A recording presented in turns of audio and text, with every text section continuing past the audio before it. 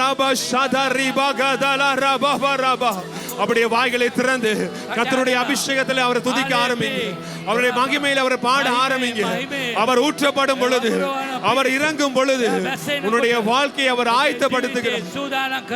ஹalleluya ஹalleluya. ஓ ரபரி அந்தலா ரமனா ஷகரி பாபா தல ரபா.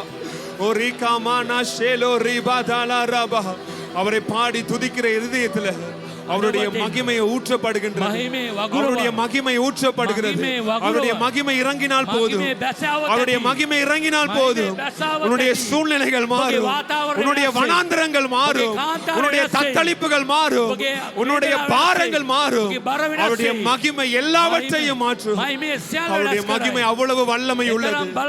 அவருடைய மகிமையை கண்டவர்களுடைய வாழ்க்கையை தேவன் தலைகீழாக மாற்றி போட்டார். காலை ஆராதனையில் அவருடைய மகிமையை மாத்திரம் நீ கண்டா, அவருடைய மகிமையை மாத்திரம் உன்னுடைய இருதயம் தொடப்பட்ட அந்த மகிமையை உன்னை வாழ்க்கை மாற்றும். ஹalleluya ஹalleluya ஹalleluya. ஆவியானவரே உம்முடைய மகிமை இறங்கட்டும் ஆண்டவரே. உம்முடைய மகிமை இறங்கட்டும் ஆண்டவரே. ஷகரி மகரா தல ரபா. உரியந்தல ரமா ஷோகோலோ ரிபா தல ரபா. நீங்க பேச ஆரம்பிங்க. நீங்க கண்களை மூடி, நீங்க வாய்களை திறந்து, ஆண்டவரே உம்முடைய மகிமையை நான் சந்திக்கிறேன் ஆண்டவரே. உம்முடைய மகிமையை நான் உணர்றேன் ஆண்டவரே. நீங்க என்னுடைய வாழ்க்கையில வந்த ஆண்டவரே. உம்முடைய பிரசன்னத்தை நான் உணர்ந்த ஆண்டவரே. உம்முடைய சமூகத்தை நான் சந்தித்த என்னுடைய வாழ்க்கை, என்னுடைய வனாந்தரம் எல்லாம் நிச்சயமாய் மாறும் ஆண்டவரே. ஆவியானவரே Hallelujah. Riba shakala riba gadala raba. Atage sima keti solo riba mana gala raba la raba. Riantulo riba shakala raba.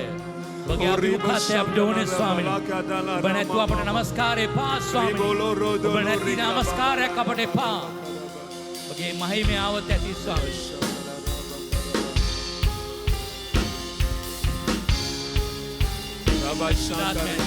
यादरिंग गुड़ कहते हो ना स्वामी हालेलुया हालेलुया सोलोमन ரெண்டு கரங்களை உயர்த்தி என்ன சுதாத்மே அவருக்கு விட்டு கொடுங்க. அவர் ஆளுகை செய்ய இடம் கொடுங்க.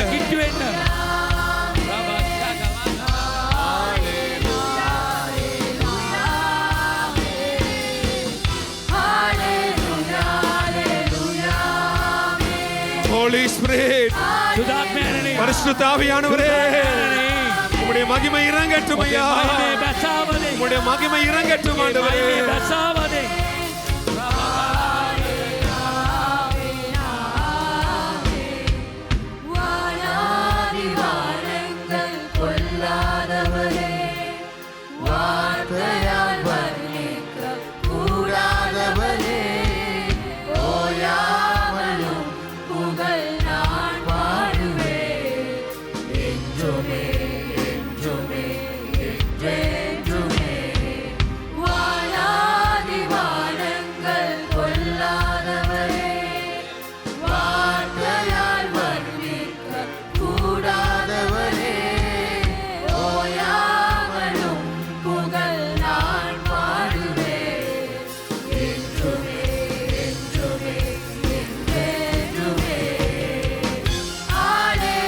சொல்லுமா ரெண்டு கரங்களை பரலோகத்துக்கு நேராக உயர்த்தி அந்த தேவ பிரசன்னத்தை அந்த மகிமையை உணர்ந்து ஆண்டவரை ஆராதனை செய்வோமா? ஹalleluya ஹalleluya ஆமென் ஆமென் ஹalleluya ஹalleluya we worship you Lord, we praise your holy name. Praise your holy name, Father. Hallelujah, hallelujah, amen, amen, amen. Paraloka gavanathe irka vendume, appavu kangal kirubai vendume, eppodum ennaruge neer vendume, neer vendume. சொல்லும் ஆண்டவரை பார்த்து ஆண்டவரே இந்த ஆராதனை මේ නමස්කාරය உமக்கு சுகந்த வாசனையான සුවඳ பலியாய் පා மாறட்டும். ගන්න ස්වාමීන් වහන්සේ. உங்க இருந்து பாருங்கப்பா. ස්වර්ගයෙන් ගෝ ඇදලා ගන්න ඕනේ ස්වාමී.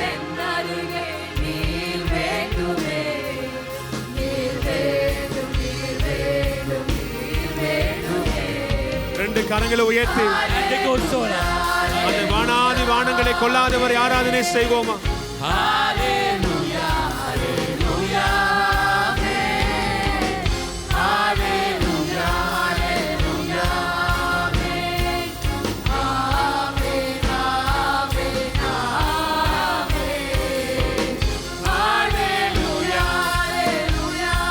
ஹalleluya. ஆண்டவரே உம்முடைய மகிமையினால் நிரப்புங்க ஆண்டவரே.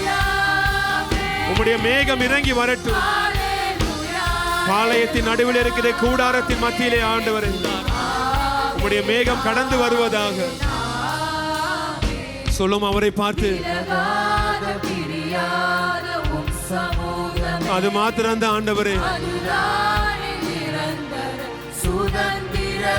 இயேசுப்பா வேறொன்று வேணாம் ஆண்டவரே. உம்முடைய சமூகம் மாத்திரம் போதும் ஐயா. உம்முடைய பிரசன்னம் மாத்திரம் போதும் ஆண்டவரே.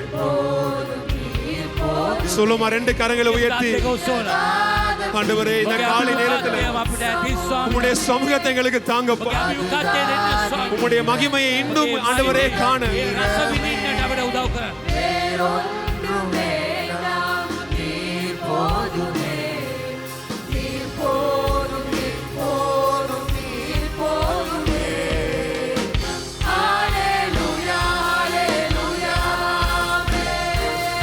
அப்படி ஆராதனை செய்யுங்க அவரை.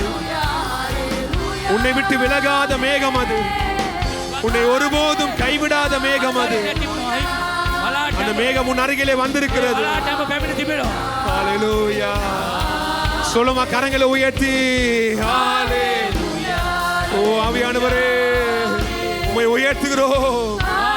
உம்முடைய மகிமையை உயர்த்துகிறோம். உம்முடைய மகத்துவத்தை உயர்த்துகிறோம் ஆண்டவரே. நீர் பரிசுத்தராய் இருக்கிறீர். நீர் உயர்ந்தவராய் இருக்கிறீர். நீர் மேலானவராய் இருக்கிறீர். ஓ ஹalleluya.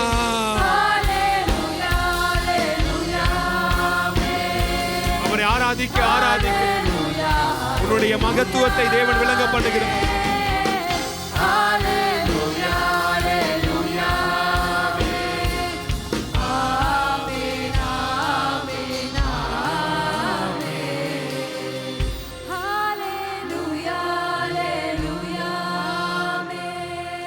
சொல்லுவோம் ஆண்டவரே உம்முடைய பிரசன்னத்தின் மேலே என் ஆத்துமா தாகமா இருக்கிறது ஆண்டவரே. உம்முடைய ஜீவ நீரூற்றாக எங்கள் மத்தியில கடந்து வாங்கப்பா.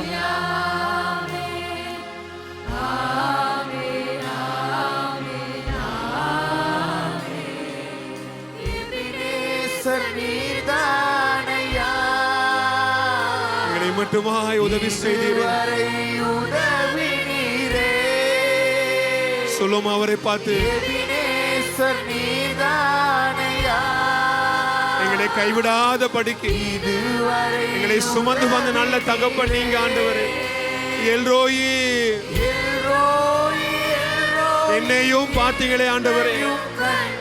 என்னையும் கண்ணோக்கினீங்களே அப்பா. அவரை பார்த்து சொல்லுவோமா?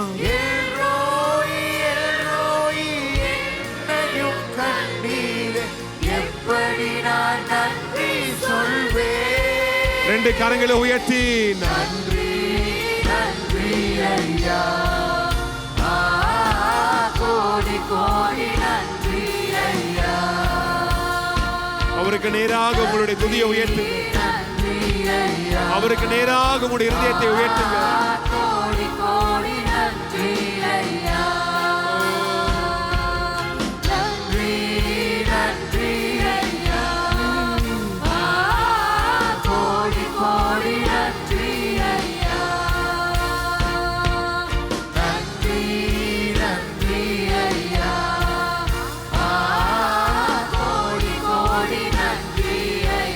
சொல்லுமா ரெண்டு கரங்களை உயர்த்தி ஹalleluya ஹalleluya. அவரை ஆராதிக்கும் பொழுது அவருடைய நாமத்தை உயர்த்தும் பொழுது அவர் இன்னும் அதிகமாக உன் மூலமாய் மகிமைப்படுவார். அவரை ஆராதிக்கிற, அவர் உயர்த்துகிற எந்த ஸ்தானமா இருந்தாலும் உன்னிடத்திலே வந்து அவர் உன்னை ஆசீர்வதிக்கிறவர். आशीर्वाद करा. ஓ ஹalleluya ஹalleluya ஹalleluya ஹalleluya ஹalleluya ஹalleluya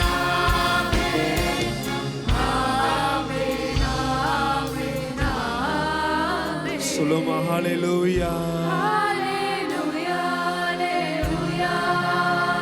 ஆண்டவரே உம்மை உயர்த்துகிறோம். நீரே பரிசுத்தராய் இருக்கிறீர் ஆண்டவரே. உம்முடைய நமது மகத்துவங்களை உயர்த்தி உம்மை பாடி ஆராதனை செய்கிறோம் அப்பா.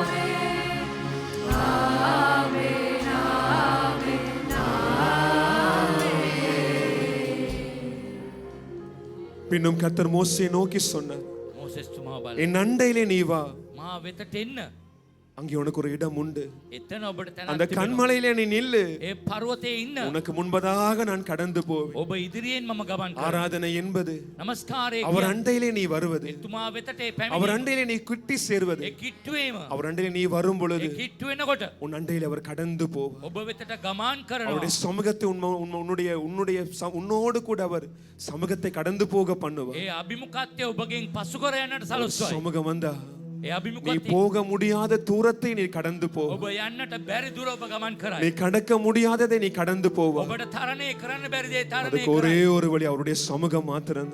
එක වතාවක් ඒ අභිමුඛත්වයට இந்த ஆராதனை நேரத்துல මේ නමස්කාරය அவர் உன்னை அவர் அண்டையிலே அழைக்கிறார். තුමා වෙතට என் කැඳවනවා. அண்டையிலே நீ வா, ඒ කෙතට එන්න. உனக்கு அங்க ஒரு இடம் உண்டு. එතන තැනක් அந்த තිබෙනවා. இடம் வேற யாருக்கும் இல்ல. ඒ වෙන කාටවත් அந்த නැහැ. பங்கு உனக்கு ඒ மாத்திரம் කොටස தான். ඔබට පමණයි. உன்னோடு கூட ඔබ සමග உன்னோடு கூட பேச, ඔබ සමග කතා உன்னோடு කරන්න. கூட இணைய ඔබ සමග එකතු உன்னுடைய වෙන්න. சமூகம் ஆயத்தமா ඒ இருக்கிறது. අභිමුඛත්වයේ ரெண்டு සූදානම්. கரங்களை வாழ்ந்து நேரம் දැන් சொல்லுங்க. දෙක ඔස්සවලා. மண்டையில வார ஆண்டவரே, මම ඔබට එනවා. உம்முடைய பிரசன்னத்தை தேடி வார ඔබගේ ஆண்டவரே, තේජසේ සොයාගෙන. உம்முடைய சமூகத்தை நோக்கி ඔබගේ நான் வார අභිමුඛත්වයේ ஆண்டவரே. සොයාගෙන. ஆண்டவரே உம்முடைய பிரசன்னத்தை தாங்கப்பா. ඔබගේ තේජසේ உம்முடைய දෙන්න. மகிமை இல்லை என்றால் போக ඔබගේ முடியாது. මහිමය දෙන්න உம்முடைய ස්වාමී. சமூகம் இல்லை என்றால் கடக்க முடியாது. ඔබගේ මහිමය නැතුව පසු කරන්න ஆண்டவரே බෑ. தூரங்களை கடப்பதற்கு, ඒ දුර ගමන් කරන්න. ஆண்டவரே எங்களுடைய வாழ்க்கையினுடைய நெருக்கங்களை ඔබගේ கடப்பதற்கு ජීවිතේ කරදර உம்முடைய බිඳින්නට. சமூகம் மாத்திரம் எங்களோடு ඔබගේ இருந்தா, අභිමුඛත්වයේ உம்முடைய පමණයි. மகிமை மாத்திரம் ඔබගේ எங்களோடு கூட මහිමය வந்தா මා සමග આવොත් நாங்கள் நிச்சயமாய் கடந்து போவோம். අනිවාර්යයෙන්ම ஆண்டவரே ජය ගන්නවා ස්වාමී. எங்களோடு கூட வாங்கப்பா, මා සමග එන්න. எங்களோடு கூட வாங்க මා සමග ஆவியானவரே. එන්න.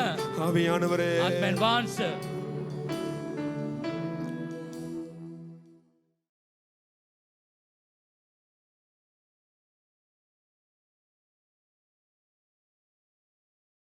சரி, இப்ப வெளிப்படுத்தல் 4வது அதிகாரத்துக்கு திருப்பி අපි හෙළිදරව්ව 4 වන පරිච්ඡේදයට පෙරලා ගනිමු. வெளிப்படுத்தல் 4 හෙළිදරව්ව 4 அதே போலவே எசேக்கியேல் 1வது ඒ அதிகாரம். වගේම එසේකියල් පළවෙනි පරිච්ඡේදය. வெளிப்படுத்தல் 4வது அதிகாரம் இந்த முழு அதிகாரத்தையும் நம்ம வாசிக்க போகிறோம். හෙළිදරව්ව 4 සම්පූර්ණ පරිච්ඡේදයම අපි කියවන්නට යනවා. நான் ஒரு சில வருடங்களுக்கு முன்பதாக வெளிப்படுத்தல் 1வது அதிகாரத்திலிருந்து 3வது அதிகாரம் வரைக்கும் உங்களை அந்த தியானத்துல வழி நடத்தினேன். මම ඊට වසර කිහිපයකට කලින් හෙළිදරව්ව පළවෙනි පරිච්ඡේදයේ සිට තුන්වෙනි පරිච්ඡේදය දක්වා ඔබව මෙනෙහි කිරීමේ මඟ පෙන්වුවා. எத்தனை பேர் வெளிப்படுத்தல் வாசித்திருக்கிறீங்கன்னு எனக்கு தெரியாது. කී දෙනෙක් හෙළිදරව්ව පොත කියවලා තියෙනවද කියලා මම දන්නේ නැහැ. அநேக நேரத்துல நாம் வெளிப்படுத்தலை நாம் தியானிப்பதல்ல. බොහෝ අවස්ථාවලදී අපි හෙළිදරව්ව පොත අපි මෙනෙහි කරන්නේ නැහැ. ஆனால் வெளிப்படுத்தலும் 66 புத்தகங்களிலே ஒன்றாய் නමුත් இருக்கிறது. හෙළිදරව්ව පොතත් පොත් 60න් එකක් වෙනවා. ஒரு பாஸ்டர் இடத்துல ஒரு விசுவாசி வந்து இப்படியாய் சொன்னார். ඒක පාස්ටර් කෙනෙක් ළඟට ඒක ඇදලිවන්තයෙක් ඇවිල්ලා මෙහෙම කීවලු. பாஸ்டர் அவரை பார்த்து, அதாவது பொதுவா சபையில சொன்னாரா, நீ சங்கீதமும் நீதிமொழியும் மாத்திரம் வாசிக்க கூடாது, வேதத்துல இருக்க எல்லா புத்தகமும் வாசிக்கணும். පාස්ටර් පොදුවේ කිව්වලු ඔබ ගීතාවලිය හිතෝපදේශ විතරක් කියවන්න නරකයි බයිබලයේ තියෙන හැම පොතක්ම කියවන්න ඕනේ කියලා. அப்ப இந்த விசுவாசி ஆராதனை முடிஞ்சோன்னு பாஸ்டர்ட்ட வந்து சொன்னாரா, එතකොට මේ ඇදලිවන්තයා නමස්කාර ඉවරුණ ගමම ඇවිල්ලා පාස්ටර්ට කිව්වලු பாஸ்டர் நான் காலையில வேதம் வாசிக்கிறது இல்ல, இரவு படுக்க முதல் தான் வேதம் வாசிக்கிறது. පාස්ටර් මං උදේට බයිබලය කියවන්නේ රැට නිදා ගන්න කලින් තමයි මම බයිබලය කියවන්නේ. அதனால நான் வெளிப்படுத்தல் பக்கமே ஏன் போறது இல்லன்னா, ඒ නිසා ඇයි මං හෙළිදරව්ව පැත්තටම යන්නේ නැත්තේ? அதுல பயங்கரமான தரிசனம் எல்லாம் இருக்கு. ඒකේ භයානක දර්ශනයනෙම තියෙනවා. இங்க இருந்து மிருகம் பாயுது, එහි ඉඳන් මුර්ගෙක් இங்க පනිනවා. இருந்து சர்ப்பம் வருது, මේ ඉඳන් සර්පෙක් එනවා. இதெல்லாம் வாசிரி எனக்கு படுக்க முடியாது. මේ හැමදේම කියවලා මට රැට නිදා ගන්න බෑ. அதனால இனிமையான சங்கீதங்களை வாசிரி நான் ඒ படுத்துருவேன். නිසා මිහිරිව තිබෙන ගීතාවලිය විතරක් කියවලා මම නිදා ගන්නවා. நம்மளும் நினைக்கிறது வெளிப்படுத்தல வாசிச்சோன்னு ஒரு பயங்கர என்னது ஒரு பயம் நம்மள வாசிக்க முதலே நமக்கு வந்துரும். අපිත් හිතනවා එළිදරව් පොත කියවන්න දෙක කියවන්න කලින්ම බයක් අපිට ඇති වෙනවා. வெளிப்படுத்தல் முதலாவது அதிகாரம் முதலாவது வசனத்தை கவனி. එළිදරව් පළවෙනි පරිච්ඡේදයේ පළවෙනි පදේ අපි බලමු. நான் நாலாவது அதிகாரம் தான் திருப்ப சொன்னா நான் முதலாவது அதிகாரம் முதலாவது මම வசனம். හතර තමයි ඔබට පෙරලා ගන්න කිව්වේ. නමුත් පළවෙනි පරිච්ඡේදයේ පළවෙනි පදේට අපි යමු. ஆ. சீக்கிரத்தில் சம்பவிக்க வேண்டியவைகளை ம். தம்முடைய ஊழியக்காரருக்கு காண்பிக்கும் பொருட்டு ம்.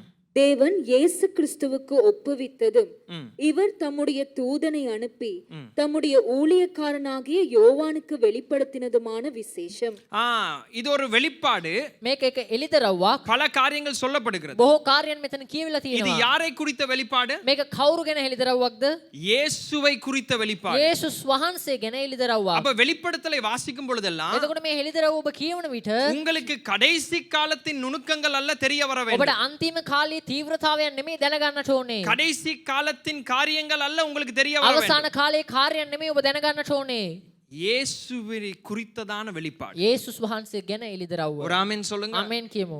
கடைசி காலம் என்பது நடக்க போகிறது அல்ல. අවසාන කාලය යනු සිදු වෙන්නට යන දේවල් නෙමෙයි. நம்ம வெளிப்படத்துல வாசிட்டு நம்ம யோசிக்கிறது இனி ஒரு காலத்துல இது வெகு சீக்கிரத்துல நடக்க போகுது. අපි එළිදරව් පොත කියලා හිතන ඉතාමත් ඉක්මනින් මේ දේවල් සිද්ධ වෙන්නට යනවා කියලා. இயேசு மரித்து உயிரோடு பரலோகத்திற்கு எடுக்கப்பட்ட நேரத்திலிருந்து கடைசி காலம் ஆரம்பம். යේසුස් වහන්සේ මලවුන්ගෙන් උත්ථාන වෙලා ස්වර්ගාරෝහණය වුණා වූ වේලාවේ පටන් අවසාන කාලේ පටන් ගන්නවා. யோவான் முதலாவது யோவான் இரண்டாவது யோவான் எழுதும் பொழுதே அந்தி கிறிஸ்துவை பற்றி எழுதுகிறார். යොහන් තුමා පළවෙනි යොහන් දෙවෙනි යොහන් තුන්වෙනි යොහන් ලියුවා දිමාන්ත ක්‍රිස්තුස් ගැන ලියන්න පටන් ගන්නවා. அப்ப கடைசி காலம் என்பது இனி நடக்க போவதல்ல. එතකොට අවසාන කාලය යනු තව දුරටත් මින්මතු සිදුවන්නට යන දෙයක් නෙමෙයි.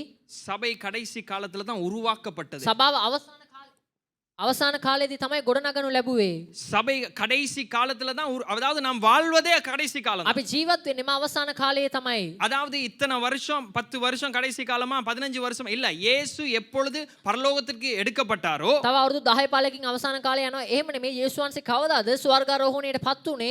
அந்த நாள்ல இருந்து கடைசி காலம் ஆரம்பம். ඒ දවසේ ඉඳන් මා අවසාන කාලේ පටන් இனி ගත්තා. நாம் காத்திருப்பது கிறிஸ்துவின் இரண்டாவது வருகைக்கு. දැන් අපි බලාගෙන සිටින්නේ ක්‍රිස්තුස් වහන්සේගේ දෙවෙනි පැමිණීම පිණිස. ஒரு ஆமென் சொல்லுங்க. ආමෙන් කියමු. அப்ப வெளிப்படுத்தலை வாசிக்கும் பொழுதெல்லாம் එතකොට එළිදරව් පොත ඔබ කියවන විට கடைசி காலத்தை குறித்து பேசும். අවසාන කාලය ගැන කතා කර තිබෙනවා. ஆனால் அதன் முக்கிய நோக்கம் என்ன தெரியுமா? නමුත් ඒකේ ප්‍රධාන අරමුණ කුමක්ද? இயேசுவை உங்களுக்கு வெளிப்படுத்து. යේසුස් වහන්සේ ඔබට එළිදරව් කිරීම. ஒரு ஆமென் சொல்லுங்க. ආමෙන් කියමු. இது கதையின் முடிவா இருக்கிறது. මේක කතාවේ අවසානය වෙනවා.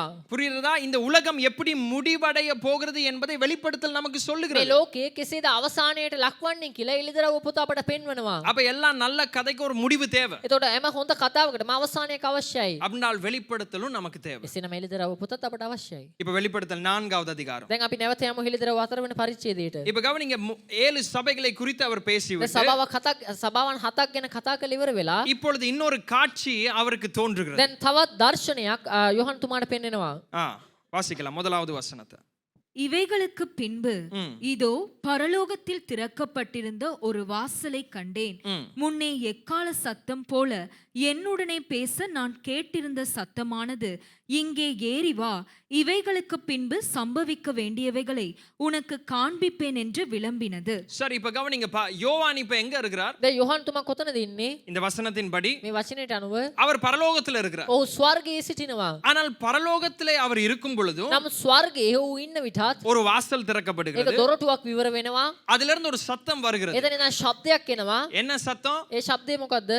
மேலே ஏறி வா. උඩට නැගලා එන්න. அப்ப பரலோகமே மிக உயரமான இடம். ඒතර ස්වර්ගය කියන්නේ ඊටමත් උසස් වූ ස්ථානයක තියෙන දෙයක්. ஆனால் பரலோகத்திற்கு போனாலும் இன்னும் ஏறி போவதற்கு இடம் உண்டு. නමුත් ස්වර්ගයට ගියත් තවත් නැගලා යන තැනක් තිබෙනවා. ஆவிக்குரிய வாழ்க்கையில நாம் யாருமே எதையும் அடைந்து இந்த பூமியில இருப்பதா? ආත්මික ජීවිතය අපි කවුරුත් අපි සියලු දේම ළඟා කරගෙන මේ පොළොවේ ජීවත් වන්නේ නැහැ. கடவுளுடைய பிரசன்னத்திற்குள்ளே வரும் பொழுதெல்லாம் நாம் வளர்வதற்கு அநேக இடம் உண்டு. ස්වාමීන් වහන්සේගේ අභිමුඛත් දෙන සෑම අවස්ථාවකදීම අපට වර්ධනය වෙන්න අවස්ථාවන් තිබෙනවා. பரலோகத்துல இருக்கிற யோவானை பார்த்து சத்தம் வருகிறது, இன்னும் ஏறி வா. ස්වර්ගයේ ඉන්න යොහන්න බල්ලා ශබ්දයක් ඇහෙනවා, තවත් මෙහි නැගී එන්න. அப்ப இது ஒரு காட்சி. එතකොට මේක දර්ශනයක්. இந்த காட்சியிலே அவர் பார்க்கிற சத்தம் தான் கேட்டிருக்கு. பார்க்கிற முதலாவது காரியம் මේ என்ன? ශබ්ද විතර ඇහුනේ ඌ බලන පළවෙනි කාර්යය මොකක්ද? இரண்டாவது வசனம்.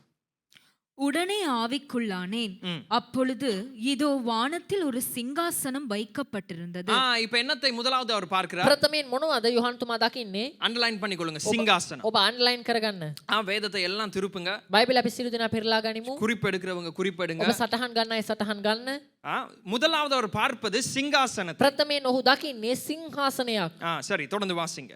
அந்த சிங்காசனத்தின் மேல் ஒருவர் வீற்றிருந்தார். இப்ப இந்த ஒருவர் யார் என்பதை அடுத்த அதிகாரத்துல சொல்லுவார். දැන් මේ තැනත් සිංහාසනේ වැඩ ඉඳින මේ තැනත්තා කවුද කියලා ඊළඟ පරිච්ඡේදයන් වල කියනවා. அப்ப கவனிங்க, வெளிப்படுத்தல் கடைசி காலத்தை மாத்திரம் பேசவில்லை. ඒතර බලන්න හෙලිදරව්ව පොත අවසාන කාලය ගැන පමණක් කතා කරන්නේ නැහැ. இது யாரை குறித்த வெளிப்பாடு? මේ කවුරු ගැන හෙලිදරව්වක්ද? இயேசுவை குறித்த வெளிப்பாடு. යේසුස් වහන්සේ ගැන හෙලිදරව්වක්. நம்ம சில நேரத்துல மற்ற காரியங்களின் மேல எங்களுடைய கவனம் போயிரும். අපි සමහර විට අනිත් දේවල් කෙරෙහි අපගේ අවධානය යොමු වෙනවා. எப்ப முத்திரை உடைய போகுது? කවදද මුද්‍රා හත කඩන්න යන්නේ? முத்திரை உடைகிறது எப்ப இல்லை, முத்திரையை யார் உடைக்கிறா? මුද්‍රා කඩන්නේ කවුද? මේ කැඩෙන්නේ කවදද? නෙමේ කවුද මුද්‍රාවන් කඩන්නේ? சிங்காசனத்துல உட்கார்ந்து இருக்கிறவர் தான் அதை உடைப்பதற்கு தகுதி உள்ளவர். සිංහාසනේ වැඩ ඉඳින තනන් වහන්සේ තමයි මේ මුද්‍රා කඩන්න සුදුසාන. ஒரு மகிமையான இயேசு கிறிஸ்துவின் வரைபடத்தை வெளிப்படுத்தல் நமக்கு தரும். මහිමාන්විත යේසුස් වහන්සේගේ චිත්‍රණය මේ එළිදරව්ව පොත අපට ලබා දෙනවා. சரி, மூன்றாவது வசனம். අපි තුන්වෙනි පදේ බලමු.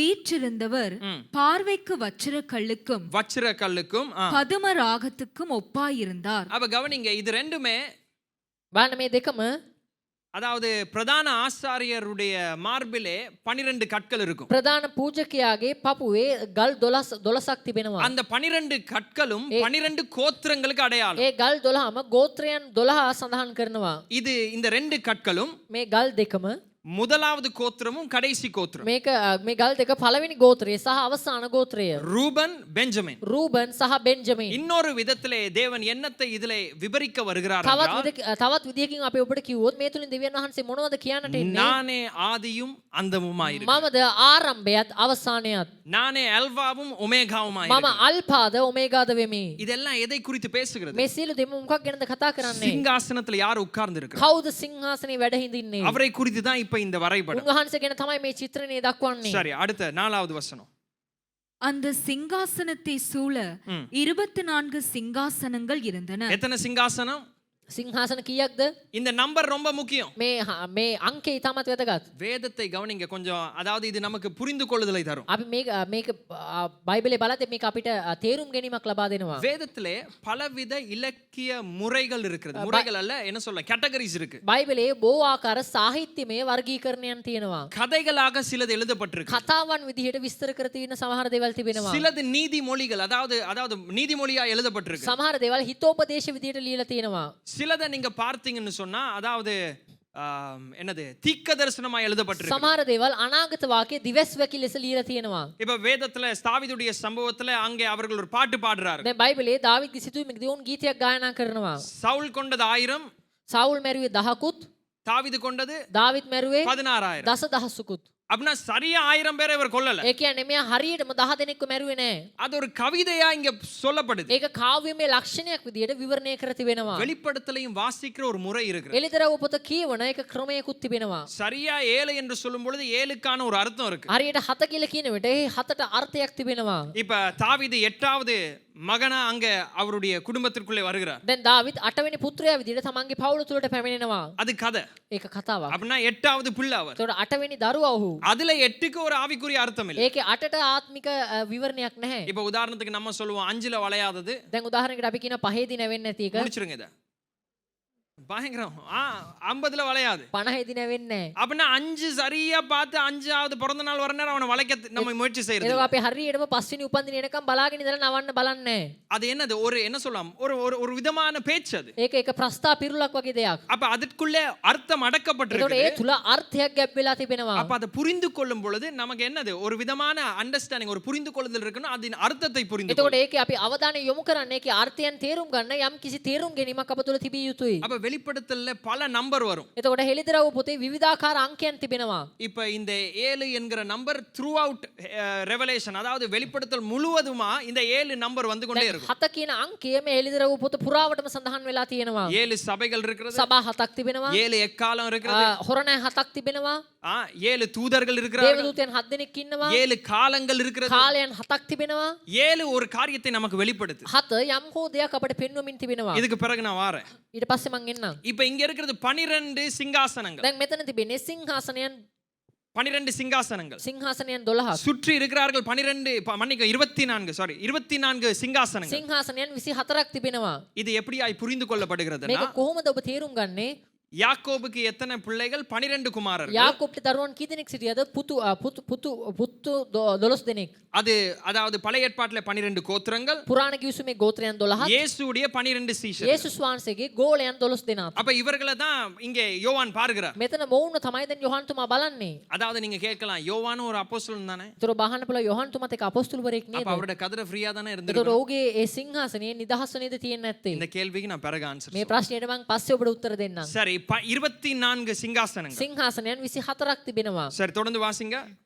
24 மூப்பர்கள் வெண்வஸ்திரம் தரித்து தங்கள் சிரசுகளில் பொன்முடி சூடி அந்த சிங்காசனங்களின் மேல் உட்கார்ந்திருக்க கண்டேன். அந்த சிங்காசனத்திலிருந்து மின்னல்களும் இடிமுழக்கங்களும் சத்தங்களும் புறப்பட்டன.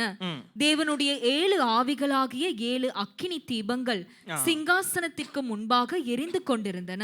இப்ப திருப்பி வருது இந்த 7 நம்பர். නැවත මේ අංක 7 පැමිණෙනවා. 7 ஆவிகள் ஏசாயா 11வது அதிகாரத்துல இருக்கிறது. ඒ ආත්ම 7 යෙසායා 11 වන පරිච්ඡේදයේ සඳහන් වෙලා තියෙනවා. 11வது அதிகாரம் 2வது வசனத்துல இருந்து இருக்கிறது. 11 වන පරිච්ඡේදයේ දෙවන පදයේ සිට සඳහන් වෙලා அப்ப තියෙනවා. 7 குத்து விளக்கு 7 ஆவிகள். එතකොට පාන්රුක් 7 ආත්මයන් 7ක්. இது வித்தியாசமான ஆவிகள் அல்ல. මේක විවිධාකාර ආත්මයන් නෙමෙයි. எப்படி ஆவியின் கனிகளிலே தன்மைகள் இருக்கிறதோ, කෙසේද ආත්මික ඵලවල ස්වභාවයන් තිබෙනවාද? ஒரே பரிசுத்த ஆவியானவரின் மூலமாய் அனுப்பப்படுகிற 7 ஆவிகள். එකම ශුද්ධාත්මයන් වහන්සේ තුලින් යවනු ලැබෙන ආත්මයන් 7ක්. இப்ப அடுத்த வசனம். அந்த சிங்காசனத்திற்கு முன்பாக இதுல தான் நம்முடைய கவனத்தை அந்த கால நேரத்துல நான் வைக்க விரும்புறேன். මෙතනදී තමයි මේ අපගේ උදෑසන කාලයේ අවධානය මම යොමු කරන්නට කැමති වෙන්නේ. தொடர்ந்து வாசிங்க. பளிங்குக்கு ஒப்பான கண்ணாடி கடல் இருந்தது. அந்த சிங்காசனத்தின் மத்தியிலும் அந்த சிங்காசனத்தை சுற்றிலும் 4 ஜீவன்கள் இருந்தன. எத்தனை ஜீவன்கள்? සත්වයන් කී දෙනෙක් හිටියද? அதை குறிச்சு கொள்ளுங்க. 4 ஜீவன்கள். සත්වයන් 4 දෙනෙක්. முதலாவது யோவான் பார்த்தது சிங்காசனம். ප්‍රථමයෙන් යොහන් තුමා බැලුවේ සිංහාසනය. அதை சுற்றி 24 மூப்பர்கள். එය වටා වැඩිමාල්ලන් 24 දෙනෙක්. ஆனால் அவர்களுக்கு முன்பதாக சிங்காசனத்தை சுற்றி இருப்பது 4 ஜீவன்கள். නමුත් ඔවුන්ට කලින් සිංහාසනයේ ඉදිරියෙන් සිටින්නේ සත්වයන් 4 දෙනෙක්. இப்ப தொடர்ந்து இப்ப இந்த ஜீவன்களை குறிச்சு அவர் பேசுறார். දිගටම මේ සත්වයන් ගැන කතා කරනවා. அவைகள் முன்புறத்திலும் பின்புறத்திலும் கண்களால் நிறைந்திருந்தன.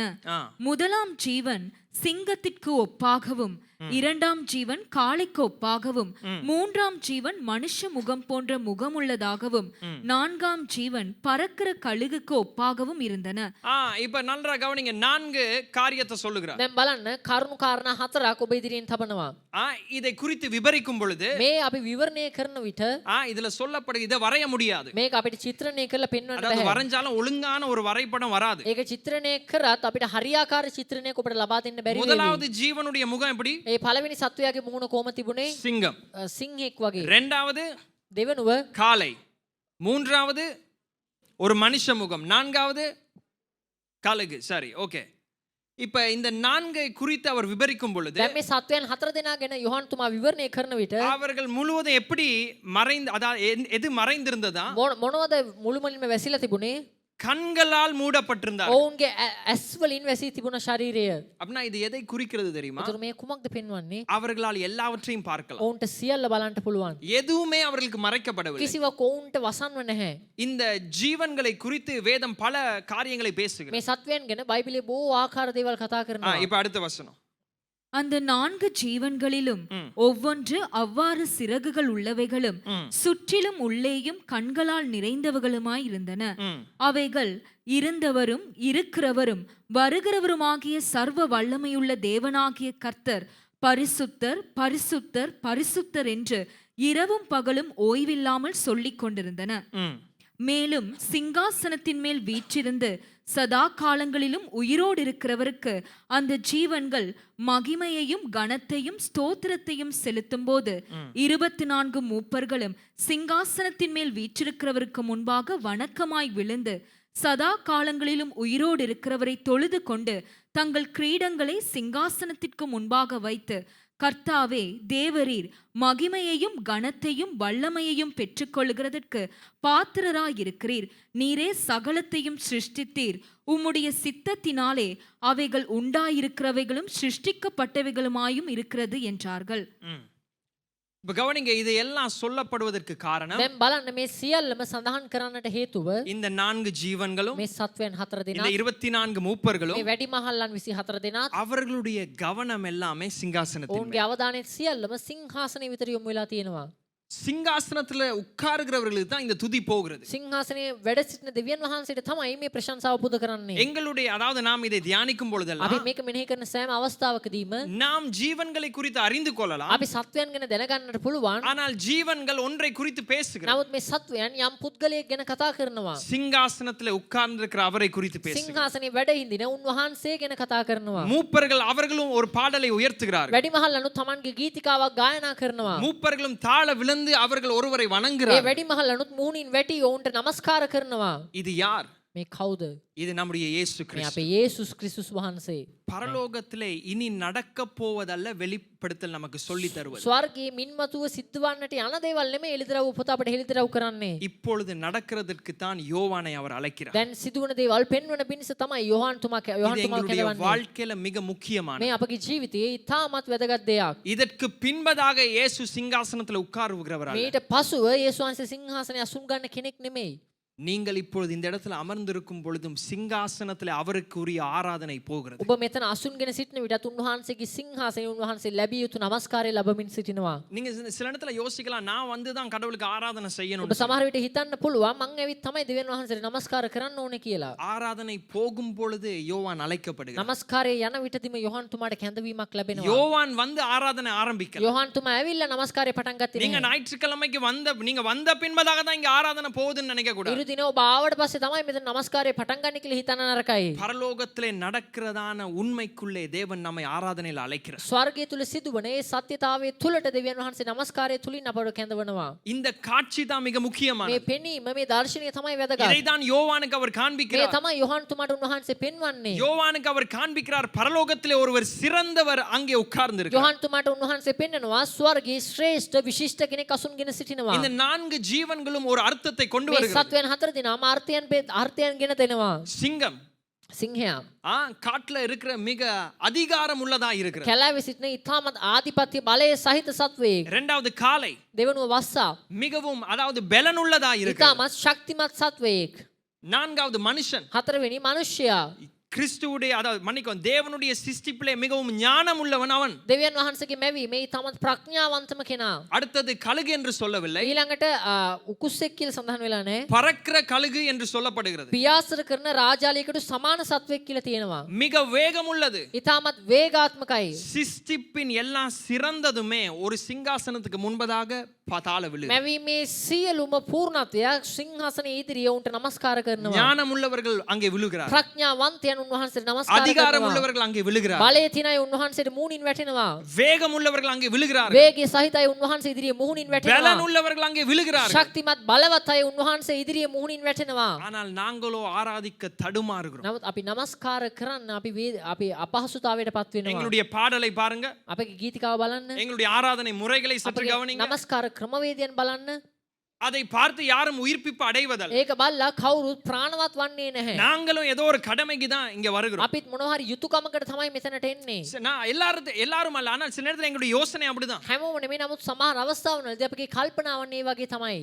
அவர்கள் கண்களால் நிறைக்கப்பட்டிருந்தார்கள். ඔවුන් ඒ සත්වයන් ඇස් වලින් ඔවුන්ගේ ශරීරය පිරී තිබුණා. அப்படின்னா அவர்களுக்கு மறைவானது எதுவும் ඒ இல்லை. කියන්නේ ඔවුන්ට වසන් ඔවුන්ට පේන්නේ නැති කිසිවක් නැහැ. உங்களுக்கு கொஞ்சம் தெரிஞ்சோனே நீங்க பயங்கரமான தீர்மானம் எடுப்பீங்க. ඔබට ටිකක් දැනගත්ත ගමන් ඔබ හොඳ තීරණයක් ගන්න පටන් ගන්නවා. ஆனா இங்க இருக்கிற 4 ஜீவன்கள் இவர்கள் தான் சிங்காசனத்தின் அருகிலே நிற்கிறார். නමුත් මෙතන ඉන්න සත්වයන් හතර දෙනා ඔවුන් තමයි සිංහාසනයට සමීපව සිටින්නේ. அவர்களுக்கு மறைவானது எதுவும் இல்லை. ඔවුන්ට වසන්ව සැඟවි කිසිවක් නැහැ. 7வது அதிகாரம் சொல்லுகிறது, அதாவது உலகத்தின் தொங்கல்ல இவர்கள் தான் காணப்படுகிறார்கள். හත්වන පරිච්ඡේදයේ පවසනවා ලෝකී සීමාවේ ඔවුන් තමයි සිටින්නේ.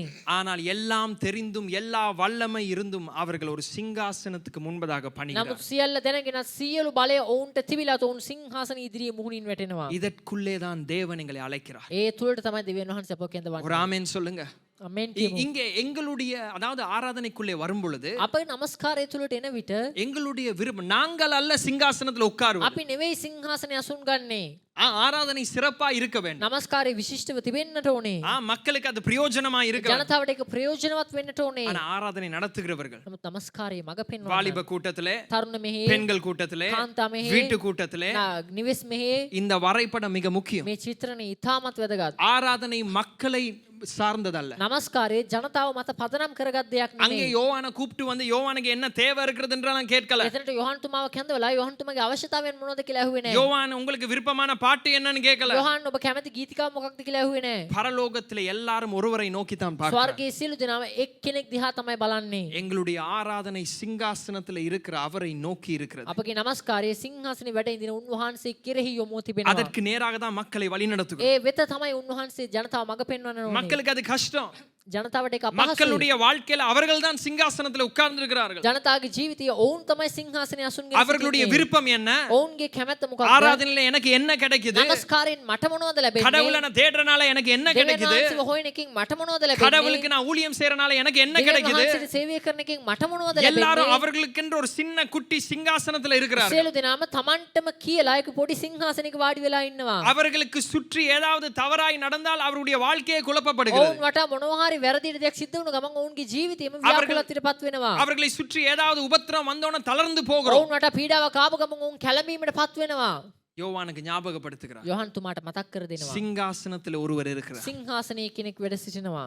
உலகமே அவரை சுற்றி தான் இருக்கு. ලෝකෙම උන්වහන්සේ වටා තමයි තිබෙන්නේ. நம்ம அறிவுள்ளவர்களா இருக்கலாம், අපි ප්‍රඥාවන්තයන් වෙන්න පුළුවන්. வேகம் உள்ளவர்களா අපි இருக்கலாம். වේගාත්මකයි වෙන්න පුළුවන්. ஆனால் சிஸ்டிப்பிலே மிக சிறந்ததே சிங்காசனத்துக்கு முன்பதாய் නමුත් பணிந்துச்சு. මැවීමේ ඉතාමත් වැදගත්ම ප්‍රඥාවන්තම දේවල් සිංහාසනයේදී ඉදිරියේ වැඳ වැටෙනවා. அப்ப ஆராதனைக்குள்ளே வரும் பொழுது නමස්කාරය තුලට අපි එන විට சில நேரத்துல நம்ம சொல்லுவோம் எனக்கு இன்றைக்கு நல்லா இருந்தது. සමහර අවස්ථාවලදී අපි කියන අද හොඳට තිබුණා. ஓ ஆராதனை நல்லா අද இருந்துச்சு. නමස්කාරය හොඳට තිබුණා. எதை சார்ந்து எதற்காக அது நாங்கள் அப்படி சொல்லுகிறோம்? කුමක් පදනම් කරගෙනද කුමක් මතද අපි ඒ දේ කියන්නේ? ஆராதனையில் நாம் எப்படி உணர்ந்தோம் என்பது அல்ல, නමස්කාරය අපි කෙසේද අපිට ඒ හැඟුණේ කියලා නෙමෙයි. தேவனை எப்படி உயர்த்துகிறோம் දෙවියන් වහන්සේ කෙසේද අපි හොස්සවන්නේ? இதுதான் முக்கியம். ඒ තමයි වැදගත්. நாம் சில நேரங்கள் அப்படி ஆரம்பிக்கலாம். අපි සමහර විට මෙසේ ආරම්භ කරන්නට පුළුවන්.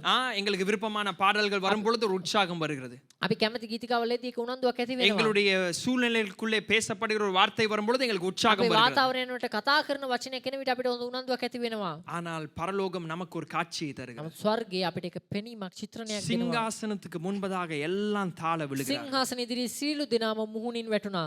ஒரு ஆமென் சொல்லுங்க. ආමෙන් කියමු. ஒரு ஆமென் சொல்லுங்க. ආමෙන් කියමු. எங்களுடைய ஆராதனை தேவனை சார்ந்து இருக்க வேண்டும். අපගේ නමස්කාරය දෙවියන් වහන්සේ මත පදනම් විය යුතුයි. இது இனி நடக்க போவதல்ல, මේ මින් මතුව සිදුවන්ට යන දෙයක් නෙමෙයි. இது நடந்து கொண்டிருக்கு. මේ දැනුත් සිදුවෙමින් පවතින இதற்குள்ளே දෙයක්. தான் யோவானை அவர் அழைக்கிறார். මේ තුලට තමයි යොහන් තුමාව කැඳවන්නේ. இதுதான் முடிவின் முடிவு. මේ තමයි අවසානයේ අවසානය. உங்களுடைய வாழ்க்கையின் முடிவை குறித்து நீங்கள் ඔබේ யோசிக்கிறீர்கள். ජීවිතයේ අවසානය ගැන ඔබ කල්පනා කරනවා. உலகத்தின் முடிவை குறித்து யோசிக்கிறீர்கள். ලෝකයේ අවසානය ගැන කතා කරනවා. ஆனால் வெளிப்படுத்தல் சொல்லுகிறது எல்லா முடிவுக்கு பின்பதாக ஒரு முடிவு இருக்கு. නමුත් එළිදරව් පොත කියන සෑම අවසානයකට පසුවම තවත් අවසානයක් තිබෙනවා. அந்த முடிவிலே அவர்தான் ஆளுகை ඒ செய்கிறார். අවසානයේදී උන්වහන්සේ තමයි පාලනය ஒரு කරන්නේ. ஆமென் சொல்லுங்க. ආමෙන් කියමු. இதுதான் எங்களை கர்த்தருக்குள்ளே அவருக்கு உரிய ஆராதனையை கொடுக்க வைக்கும். මේ තමයි ස්වාමින් වහන්සේ තුල උන්වහන්සේට ඔබින නමස්කාරයකට අපව මඟ පෙන්වන්නේ. இந்த 24 மூப்பர்களுடைய சிரசில் இருக்கிறது கிரீடம் என்று வேதம் මේ சொல்லுகிறது. වැඩිමහලන් 24 දෙනාගේම හිසේ කිරීටියක් ඔටුන්නක් තිබෙනවා කියලා සඳහන් වෙනවා. கிரீடம் என்று சொல்லும் பொழுது ரெண்டு விதத்தில் அது பயன்படுத்தப்படலாம். ඔටුන්න කියලා කියන විට ඒ දෙය ආකාරයකින් භාවිතා වෙනවා. அதாவது சில நேரத்துல ராஜாக்கள் தங்களுடைய பிள்ளைகளுக்கு அந்த அதிகாரத்தை கொடுக்கிறார்கள், அப்பொழுது அந்த கிரீடம் அவர்கள் மேல் வருகிறது. සමහර විට රජවරුන් තමන්ගේ දරුවන්ට ආධිපත්‍ය දෙනවා. එවිට ඒ ඔටුන්න ඔවුන්ගේ හිස මතට එනවා. அது வம்சத்தின் மூலமாய் வருகிற கிரீடம். ඒක ඔවුන්ගේ පරම්පරා ගානෙන් ඔවුන්ට පැවතෙන දෙයක්. ஆனால் இங்கே சொல்லப்படுகிற கிரீடம் නමුත් මෙතන සඳහන් වෙන ඒ ඔටුන්න இது வம்சத்தின் மூலமாய் வந்த கிரீடம் මේක அல்ல. වංශයක් මතින් පරම්පරාවකින් එන ඔටුන්නක් නෙමෙයි. இங்கே பாவிக்கப்படுகிற வசனம் මෙතන என்னவென்றால் விக்டர்ஸ் கிரவுன், ஜெயித்தவர்களுடைய கிரீடம். මෙතන භාවිතා කරලා ලැබ තිබෙන ඔටුන්නට ඒ භාවිතා කරලා තිබෙන පදේ නම ජය ගන්නාගේ ඔටුන්න. பரலோகத்திலே ஜெயித்தவர்களும் அவர்களுடைய கிரீடங்களை வைக்கவில்லை, அந்த வார்த்தை தூக்கி வீசுகிறார்கள். ස්වර්ගයේ ජයගත්ත වුණු තමන්ගේ කිරීටය ඔවුන් ඉස මත තබා ගත්තේ නැහැ. උනේ විසිකර දමනවා. நம்ம நினைப்போம் தேவையுள்ளவர்கள் மாத்திரம் தேவனை கூப்பிடணும். අපි හිතනවා අවශ්‍ය වෙලාව විතර දෙවියන් වහන්සේව කැඳවන්නට ඕනේ இல்லை, කියලා. வாழ்க்கையில ஜெயித்தவர்களும் அவருடைய சிங்காசனத்துக்கு முன்பதாக தாழ விழுகிறார்கள். ජීවිතේ ජයගත්ත අයනුත් දෙවියන් වහන්සේගේ සිංහාසන ඉදිරියේ මුහුණින් වැටෙනවා. இதுதான் பரலோகத்தின் வரைபடம். ඒ තමයි ස්වර්ගයේ චිත්‍රණය. வெளிப்படுத்தல் நம்மை அழைப்பது இதற்குள்ளே. එළිදරව් පොත අපව කැඳවන්නේ මේ තුලට තමයි. இது அதாவது வெளிப்படுத்தல் புத்தகம் எங்களுக்கென்று என்று எழுதப்படவில்லை. එළිදරව්ව පොත අපට කියලා ලියලා නැහැ. ஆதி திருச்சபையிலே ரோம சாம்ராஜ்யத்திற்கு கீழே நெருக்கப்பட்டவர்களுக்கு முதலாவது எழுதப்பட்டது. ඒක පුරාණ කිතුණු සභාවේ රෝම අධිරාජ්‍ය තුල අර්බුදයට ලකුණු ජනතාවට තමයි ලියනු ලැබුවේ. அங்கே சீசர் தான் அதிகாரம் உள்ளவன் என்று சொல்லி உலகமே நம்பிட்டு, ඒතොර සීසර් අධිරාජ්‍ය තමයි මුළු ලෝකෙම අධිරාජ්‍ය බවට මුළු ලෝකෙම විශ්වාස කළා. ஆனால் அதன் நடுவிலே ஆண்டவர் இப்பொழுது ஒரு வெளிப்பாடை தருகிறார். ඒ මැදදී දෙවියන් වහන්සේ දැන් ඒක එළිදරව්වක් ලබා அந்த දෙනවා. மக்களை அவர் உணர்த்துகிறார், உற்சாகப்படுத்துகிறார். ඒ ජනතාව උනන්දු කරනවා. சிங்காசனத்திலே உட்கார்ந்திருப்பது நான். සිංහාසනේ අසුන්ගෙන සිටින්නේ මම. ஒரு ஆமென் சொல்லுங்க. අමෙන් කියමු. இப்படி ஆராதனை செய்ய நாம் மறக்கிறபடினால தான் මෙසේ නමස්කාර කරන්න අපි අමතක වෙන නිසා තමයි எங்கள் துக்கத்திலே இருக்கிறோம், අපි දුකින් ඉන්නේ. எங்களுடைய கவலையிலே අපේ மூழ்கடிக்கப்படுகிறோம், වේදනාවේ අපි ගිල්විලා ඉන්නේ. எங்களுடைய இச்சையிலே சிக்கப்படுகிறோம், අපේ තෘෂ්ණාවට අපි අසුවන්නේ. எங்கள் பண ஆசையிலே விழுந்து අපේ போகிறோம். මුදල් තෘෂ්ණාවට අපි අසුවන්නේ. நாம் சிக்கப்பட்டிருப்பதற்கு காரணம் எங்களுடைய நோக்கம் சிங்காசனத்தின் மேல் அல்ல. අපි අසු වෙලා ඉන්නට හේතුව අපගේ අරමුණ සිංහාසනය වෙත නෙමෙයි. இதுதான் அடிக்கப்பட்ட காயப்பட்டவர்களாய் இருக்கிறோம், මේ එසේ තමයි අපි තැළුණු බිඳුනා වූ අය ලෙස සිටින්නේ. தூங்குகிறவர்களாய் இருக்கிறோம். නිදා ගන්න අය ஏன் වෙන්නේ. எங்களுக்கென்று சொல்லி ஒரு குட்டி சிங்காசனம் இருக்கு. ඇයි අපිට කියලා පොඩි සිංහාසනයක් තියෙනවා. ஒன்று யாரையாகிலும் அதுல வச்சுக்கொள்றோம், කවුරු හරි කෙනෙක් අපි ඒකේ තබා ගන්නවා. இல்லாவிட்டால் நாம போய் அதுல එහෙම அமர்ந்துறோம். නැත්නම් අපිම ගිහලා ඒකේ අසුන් ගන්නවා. இதனால தான் நம்முடைய கிறிஸ்தவ வாழ்க்கையில ஒரு உயிர்ப்பிப்பு இல்ல. ඒ නිසා තමයි අපගේ කිතුණු ජීවිතේ ප්‍රාණවත් වීමක් නැත්තේ. இதுதான் எங்களுடைய கிறிஸ்தவ வாழ்க்கையில இன்னும் எங்களுக்கு தெரியுது, எவ்வளவுதான் அபிஷேகத்துல நிறைஞ்சாலும் ஒரு திருப்தி இல்லாத தன்மை. අපි කොතරම් ආලේපෙන් පිරුණු තෘප්තියක් නැති ස්වභාවයක්. கவனிங்க, கடவுள் உங்களை நிரப்பும் பொழுது, බලන්න දෙවියන් වහන්සේ ඔබ පුරවන විට, அவருடைய வல்லமை வரும் பொழுது වහන්සේගේ බලය එන විට உங்களுடைய பாத்திரம் நிரம்பி வழிய வேண்டும். ඔබගේ කුසලානිය පිරී ඉතිරෙන්නට ඕනේ. ஆனால் அநேகருடைய ஆவிக்குரிய வாழ்க்கையில නමුත් බොහෝ දෙනෙක්ගේ ආත්මික ජීවිතේ எவ்வளவு நிரப்பப்பட்டாலும், කොච්චර පුරවනු ලැබුවත්, எவ்வளவு வசனம் கேட்டாலும் කොච්චර වචන ඇහුවත් இன்னும் அந்த ஒரு திருப்தி இல்லாத தன்மை. තවමත් ඒ තෘප්තියක් නැති තත්වයක්. அது ஏன் தெரியுமா?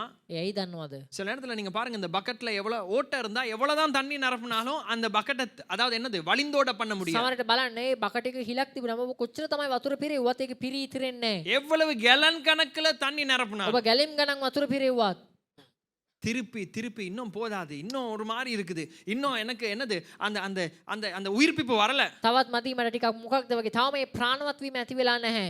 எங்களுடைய வாழ்க்கையில தேவன் வழிந்தோடுகிற தன்மையை கொண்டு வர. අපගේ ජීවිතේ දෙවියන් වහන්සේ පිරී ඉතිරී යන ස්වභාවය ගෙන එන්නට ඕනේ. இதுதான் கிறிஸ்தவ வாழ்க்கை. ඒ තමයි කිතුණු ජීවිතය. கடவுள் உங்களை அழைப்பது அவருக்காக வாழ. දෙවියන් වහන්සේ ඔබ කැඳවන්නේ උන්වහන්සේ වෙනුවෙන් ජීවත් වෙන්න. அநேக நேரத்துல எங்களுடைய பிரசங்கங்களும் ஆராதனைகளும் சில நேரத்துல உங்களுக்கு ஒரு நல்வாழ்க்கையை தருகிறது. සමහර අවස්ථාවලදී අපගේ වචනයන් අපගේ දේශනාවන් ඔබට යහපත් ජීවිතයක් ලබා දෙනවා. ஆனால் தேவன் அவருடைய ஜனத்தை அழைத்திருப்பது නමුත් දෙවියන් වහන්සේ උන්වහන්සේගේ ජනතාව කැඳවා තිබෙන්නේ அவருக்காக வாழ, උන්වහන්සේ උදෙසා ජීවත් அவருக்காக வாழ, උන්වහන්සේ උදෙසා ජීවත් அவருக்காக வாழ. උන්වහන්සේ උදෙසා அதனால ජීවත් உங்களுடைய விருப்பத்தை தாண்டி தேவ விருப்பம் நிறைவேறும் பொழுது சந்தோஷப்பட ඒ வேண்டும். නිසා ඔබේ කැමැත්ත අභිබවා දෙවියන් වහන්සේගේ කැමැත්ත ඉෂ්ට වෙදී ඔබ ප්‍රීතියට පත් වෙන්න ඕනේ. நீங்கள் வாழ்க்கை ஒரு விதமாய் போக வேண்டும் என்று சொல்லி விருப்பப்படும் பொழுது தேவன் அதை திசை திருப்பும் பொழுது சந்தோஷப்பட ඔබ வேண்டும். ජීවිතේ එක් ආකාරයෙන් යනවා කියලා ඔබ හිතන විට දෙවියන් වහන්සේ දිශා වෙනස් කරද්දී ඔබ ඊට සතුටු වන්නට ඕනේ. ஏன் சிங்காசனத்தில் அவர் உட்கார்ந்திருக்கிறார். ඇයි සිංහාසනේ උන්වහන්සේ අසුන්ගෙන සිටිනවා? இதை மறந்து போக வேண்டாம். මේක ඔබ අමතක කර දාන්න එපා. உங்களுடைய ஆராதனை, உங்களுடைய நோக்கம் எல்லாம் தேவனை அந்த சிங்காசனத்தை நோக்கி இருக்கு. ඔබගේ නමස්කාරය ඔබගේ අරමුණ සියල්ල දෙවියන් වහන්සේගේ සිංහාසනය වෙත යොමු විය යුතුයි. ஒரு ஆமென் சொல்லுவோமா? ආමෙන් කියමු. அதனால ஆராதனைக்குள்ளே வரும் பொழுது නමස්කාරය තුලට ඔබ එන විට நீங்கள் உங்களுக்கு சில நேரத்துல சபையில அதுதான் எனக்கு பெருசா பிடிக்குது இல்ல, සමහරවිට ඔබ කියනවා මට සභාවේ මෙච්චර අල්ලන්නේ නැහැ. எங்களுக்கும் இத பகிரங்கமா பேசுவதற்கு நேரமும் இல்ல, අපිටත් මේක ප්‍රසිද්ධිය මේ දේවල් කතා කරන්න වෙලාවක් නැහැ. எனக்கு அவங்களோட சேர முடியாது, ஏன்னா எனக்கு ஒரு மாதிரி இருக்கு. මට ඕන්න අල්ලන්නේ මට ටිකක් මොකක්ද වගේ. என்றைக்கு உங்க சிங்காசனத்துல இருந்து நீங்க இறங்கி தேவனை நோக்கி பார்க்கிறீங்களோ කවදාද ඔබ ඔබගේ සිංහාසනේ ඉඳන් බිමට බැහැලා දෙවියන් වහන්සේ දෙස බලන්නේද? அப்பொழுது சகிக்க பழகுவீங்க, එතකොට ඔබ ඉවසන්න පුරුදු වෙනවා. அப்பொழுது தாழ்மையா இருக்க එතකොට ඔබ பழகுவீங்க, යටහත් වෙන්න පුරුදු அப்பொழுது වෙනවා. மன்னிக்க එතකොට பழகுவீங்க. ඔබ සමාව දෙන්න இது පුරුදු වෙනවා. தானா உண்டாகிறது அல்ல, මේක නිකම්ම ඇති වෙන දෙයක් නෙමෙයි. இன்னொருவனை தண்டிச்சு நீங்க மன்னிப்பதல்ல. තව කෙනෙක්ට දඬුවම් කරලා ඔබ සමාව දෙන එක නෙමෙයි. அப்படினால் நமக்கு காலம் போதாது. එහෙමනම් අපිට කාලය මදි.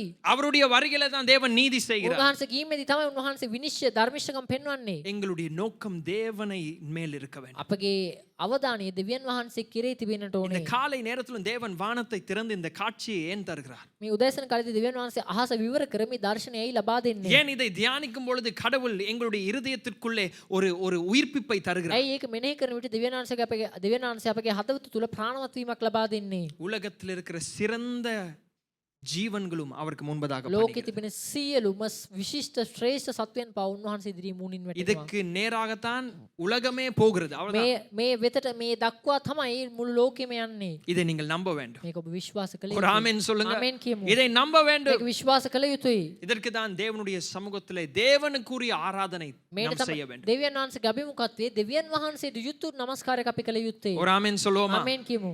சரி. இப்ப இரண்டாவது காரியம், දෙවෙනි කාර්ය இந்த 4 ஜீவன்களும் මේ සත්වයන් 4 දෙනා இது நான் சொன்ன வெளிப்படுத்தல் தனியாக வாசிக்கப்படுகிற புத்தகம் அல்ல. මම කිව්වා හෙළිදරව් පොත තනියම කියන පොතක් නෙමෙයි.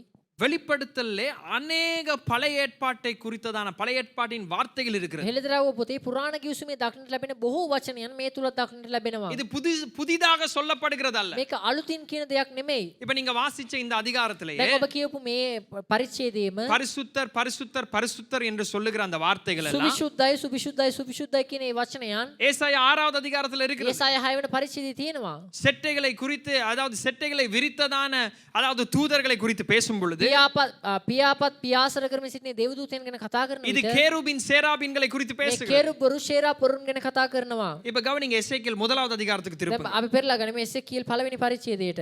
எசேக்கியேல் 1வது அதிகாரம் එසේකියල් පළවෙනි පරිච්ඡේදය 5வது வசனம்.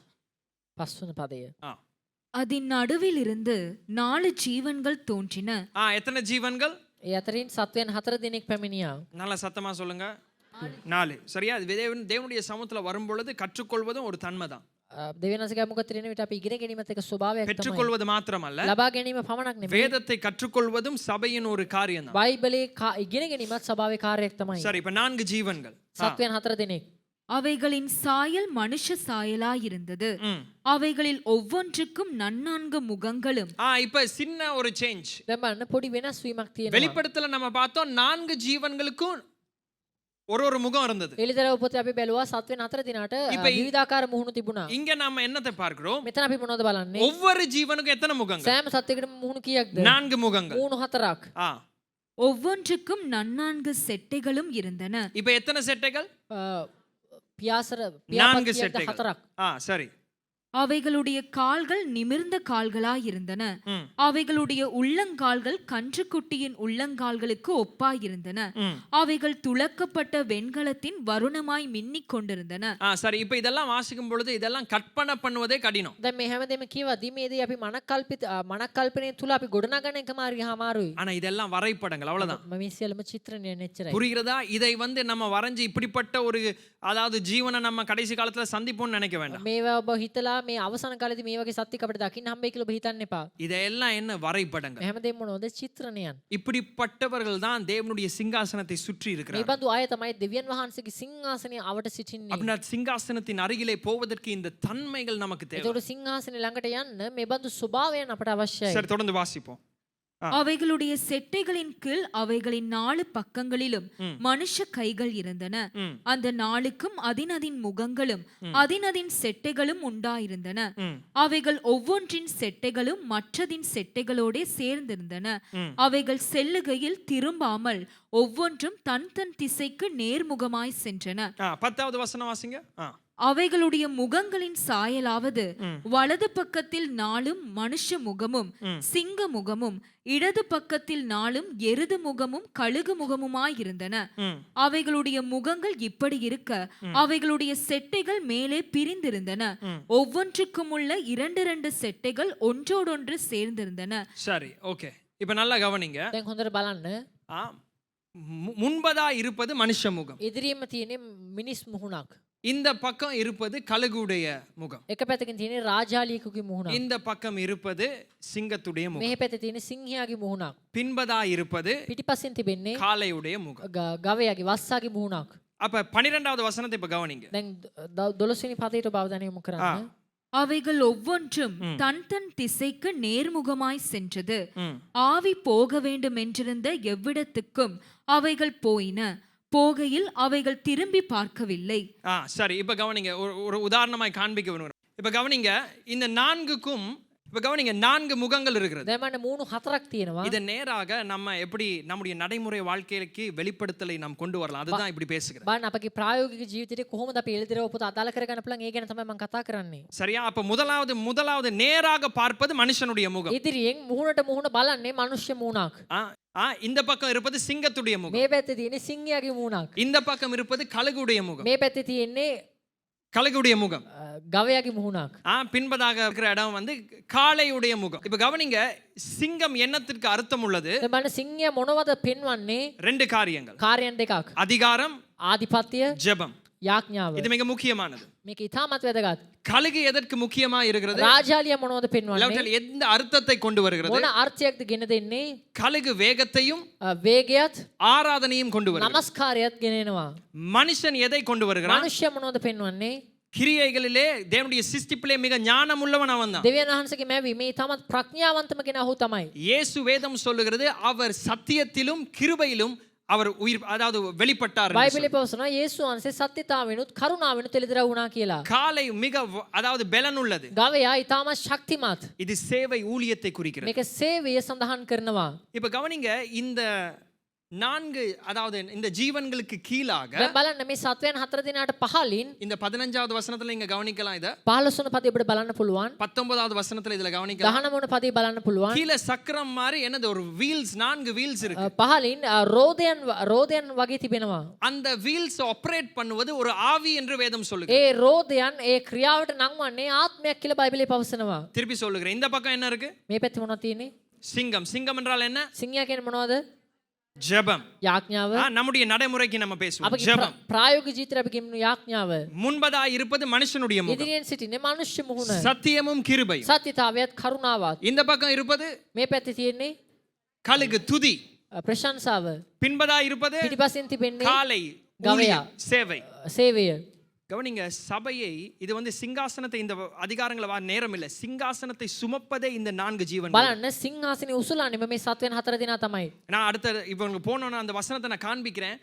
ஆவி எங்க வழி நடத்துதோ அங்கதான் இந்த 4 ஜீவன்களும் போகுது. මොන් ගියට පස්සේ මම ඔබට ඊළඟ පදයන් පෙන්වන්නම්. ආත්මයේ කොතනද මඟ පෙන්වන්නේ? ඒ තැනට තමයි මේ සත්වයන් 4 දෙනා යන්නේ. இப்ப இந்த பக்கம் போகணும்னு சொன்னா දැන් මේ පැත්තට යන්න ඕනේ කිව්වම இப்படியே தான் மூவ் ஆகணும். මෙහෙම තමයි යන්න ඕනේ. இங்க திரும்ப மாட்டோம். මේකට හැරෙන්නේ නැහැ. அந்த காரியங்கள் எல்லாம் வேதத்துல போட்டிருக்கு. ඒ හැමදේම බයිබලයේ සඳහන් කරලා තියෙනවා. சில நேரத்துல ஆண்டவர் நம்மை ஜெப பக்கமாய் பழக்குவித்துக் கொண்டிருப்பார். සමහර විට දෙවියන් වහන්සේ අපව යාඥාව පැත්තට මඟ පෙන්වනවා. இது சபையை யார் நடத்துவது? කවුද සභාව මඟ පෙන්වන්නේ? வேதம் சொல்லுது கீழே ஆவி உண்டு, அங்கே அதுதான் எழுப்புகிறது. அது බයිබලයේ සඳහන් කරනවා ඒ පහළින් තිබෙන දතිරෝධනගේ ආත්මය තමයි අපව ප්‍රාණවත් කරන්නේ. இந்த ஜீவன்கள் தான் முழு உலகத்தையுமே ஆராதனைக்கு நேராய் கொண்டு මේ போகும். සත්වයන් තමයි මුළු ලෝකෙම නමස්කාරය තුලට ගෙන යන්නේ. அப்ப இந்த ஜீவன்கள் சபைக்கான ஒரு வரைபடம். එතකොට මේ සත්වයන් සභාවට එක චිත්‍රණයක්. எப்படி யோவானை மேலெலும்பி வா என்று அழைக்கிற அந்த அழைப்பை உலகத்திற்கு சபை தான் கொடுக்கிறது. කෙසේද යෝහන් තුමාට උඩට නැගී එන්න කියන ඒ කැඳවීම සභාව තමයි ලබා දෙන්නේ ලෝකයට. சிங்காசனத்திலே அவரை சுமப்பதும்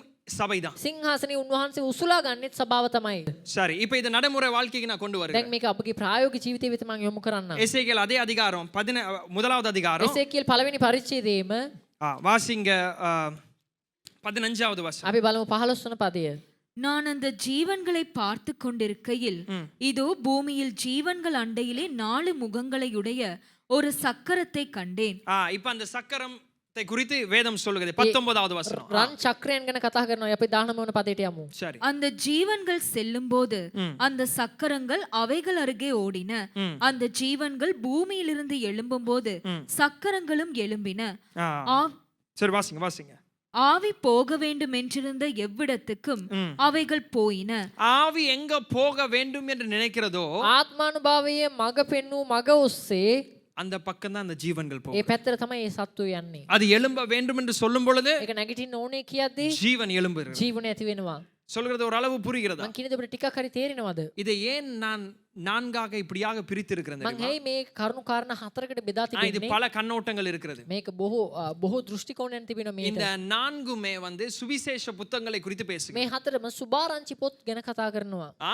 அது ஒரு சிலருடைய பார்வை. ඒ එක් අයගේ දෘෂ්ටි ஆனா කෝණය. சபைக்கு பிரயோஜனமான இந்த 4 காரியம்: නමුත් සභාවට ප්‍රයෝජනවත් වෙන කාර්යයන් හතරක් මම ඔබට කියන්නම්. ஜெபம், යාඥාව, சத்தியமும் கிருபையும், සත්‍යතාවයත් කරුණාවත්, ஆராதனை, නමස්කාරය, சேவை. සේවය. இந்த நான்கிலும் நாம் வளர வேண்டும். මේ හතරෙන්ම අපි වර්ධනය විය යුතුයි. சில நேரத்துல சபையை ஆண்டவர் ஜெபத்திலே வழி நடத்துவார். සමහර විට සභාව දෙවියන් වහන්සේ යාඥාවෙන් මඟ පෙන්වනවා. நம்ம விருப்பத்துல கொண்டு போவதல்ல. අපේ කැමැත්ත පරිදි අරන් යනවා නෙමෙයි. ஆவியின் காரியங்களிலே சபையை பழக்குவிப்பார். ආත්මික කාරණාවල ස්වාමීන් වහන්සේ සභාව මඟ පෙන්වනවා. இப்ப ஜெபத்துல வேகம் உள்ளவர்கள் මේ යාඥාවෙන් පුරුදු වුණ අය டக்குன்னு சொல்லுவாங்க, அப்பா இப்பதான் சபை அவங்களோட பழைய தரிசனத்துக்கு வந்திருக்கு. ඉක්මනින් කියන දැන් තමයි සභාව උන්ගේ පරණ දර්ශනයට ඇවිත් තියෙන්නේ. ஏன்னா ஜெபத்துல உற்சாகப்படுற ஒரு சிலர் இருப்பாங்க. එතකොට යාඥාවේ උනන්දුවෙන් ඉන්න කිහිප දෙනෙක් ඉන්නවා. திடீர்னு ஆண்டவர் ஆராதனை பக்கமாய் சபைகளை வழி දෙවියන් நடத்துவார். වහන්සේ එකපාරට නමස්කාරයේ විතර සභාවන් මඟ පෙන්වනවා. சிலருக்கு ஆராதனை விருப்பம்னால இப்படி சபைனா இப்படிதான் இருக்கும். සමහරු නමස්කාරයට කැමති නිසා සභාවක් කියෝ මෙහෙම තමයි තියෙන්න ඕනේ. சில நேரத்துல ஊழிய பக்குவங்களை குறித்து சபையில அதிகமாய் பேசப்படும். සමහර විට සේවී තීව්‍රතාවයන් ගැන සභාව මඟ පෙන්වනවා. சிலர் சொல்லுவாங்க, இந்த ஆராதனை இந்த 4 பில் என்னது செவருக்குள்ள நம்ம என்ன பெருசா செய்ய போறோம், நம்ம வேலை